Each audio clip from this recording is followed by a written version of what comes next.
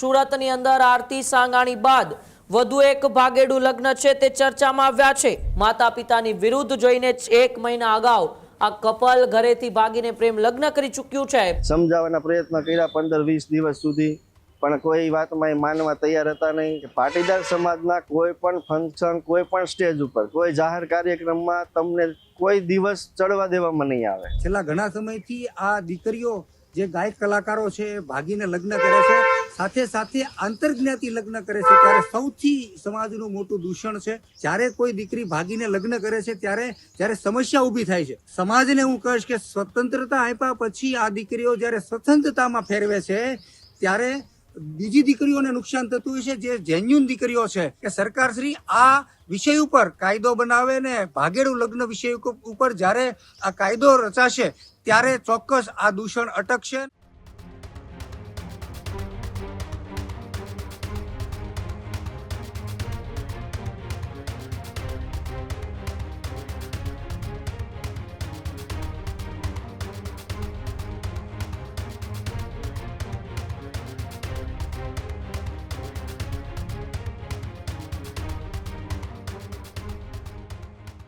ફરી એક વખત રાજ્યની અંદર આંતરજ્ઞાતીય પ્રેમ લગ્નનો વિવાદ છે તે વિવાદ વધુ વકર્યો છે। સુરતની અંદર આરતી સાંગાણી બાદ વધુ એક ભાગેડુ લગ્ન છે તે ચર્ચામાં આવ્યા છે। પાટીદાર ગાયિકા રિદ્ધિ રાજપરાએ જયેશ વાઘેલા સાથે પ્રેમ લગ્ન કર્યા છે। સમાજના કાર્યક્રમોમાં રિદ્ધિ અને જયેશને ન બોલાવવાની અપીલ કરી છે। હિરેન રુદ્રાનો બહિષ્કાર માટે સમાજને ખુલ્લો સંદેશ। 20 મેના રોજ ઘરેથી નીકળ્યા બાદ રિદ્ધિ રાજપરાએ કર્યા હતા પ્રેમ લગ્ન।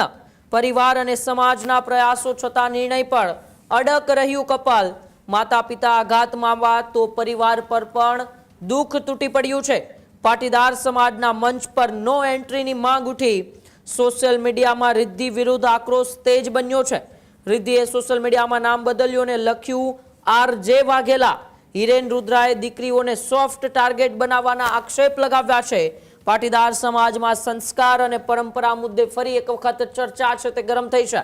છેલ્લા કેટલાય સમયથી રાજ્યની અંદર આંતરજ્ઞાતીય લગ્ન ને એ પણ લોક ગાયિકાઓના આંતરજ્ઞાતીય લગ્ન ખૂબ ચર્ચામાં છે। કિંજલ દવે બાદ આરતી સાંગાણી બાદ ઉત્તર ગુજરાતના કિંજલ રબારી અને હવે ફરી એક વખત સુરતના એ પાટીદાર લોક ગાયિકા રિદ્ધિ રાજપરાના પ્રેમ લગ્નનો મુદ્દો એ ખૂબ ચર્ચામાં છે।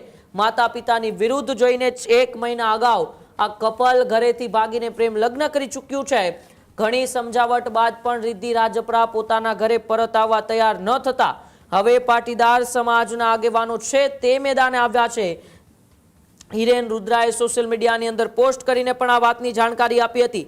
તો હવે તેમણે ફરી એક વખત એ વાત કરી છે કે હિન્દુ અને સાથે સાથે એમાં પણ ખાસ કરીને પાટીદાર દીકરીઓને સોફ્ટ ટાર્ગેટ બનાવવામાં આવી રહી છે। પાટીદાર સમાજમાં સંસ્કાર અને પરંપરા મુદ્દે ચર્ચાઓ છે તે હાલ જોર પકડી રહી છે। ત્યારે આવો આપણે સાંભળીએ હિરેન રુદ્રા જેઓએ આ સમગ્ર મામલાને લઈને સોશિયલ મીડિયાની અંદર અવાજ ઉઠાવ્યો છે અને વિજય માંગુકિયા આ બંને પાટીદાર આગેવાન શું કહી રહ્યા છે બંનેની પ્રતિક્રિયાઓ સાંભળીએ। હિરેન ભેસાણીયા। એક વિવાદ ચાલી રહ્યો છે, પાટીદાર સિંગરનું આંતરજાતીય લગ્ન કર્યા છે, તમારા ધ્યાનમાં ક્યારે આવ્યું અને શું કહેશો? આ લગ્ન થયા 20/5/2026।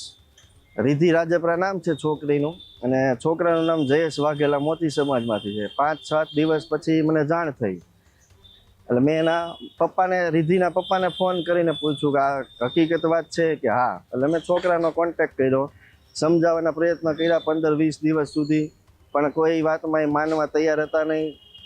છોકરા વાતે ફરી જતા હતા। એટલે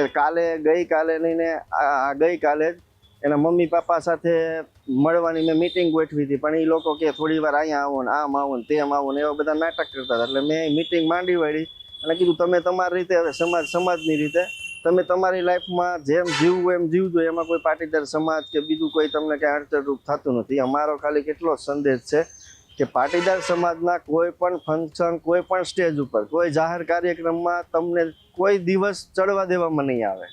પાટીદાર સમાજ પારિવારિક મૂલ્યો અને સંસ્કારોનું જતન કરવા વાળો સમાજ છે, ત્યારે છેલ્લા ઘણા સમયથી આ દીકરીઓ જે ગાયક કલાકારો છે ભાગીને લગ્ન કરે છે, સાથે સાથે આંતરજ્ઞાતિ લગ્ન કરે છે, ત્યારે સૌથી સમાજનું મોટું દૂષણ છે। સામાજિક રીતે આ વ્યવસ્થા ખોરવવા માટેનું મોટું દૂષણ ગણી શકાય. સામાજિક વ્યવસ્થા આ આંતરજ્ઞાતિ લગ્ન છે એ સામાજિક વ્યવસ્થા ખોરવે છે.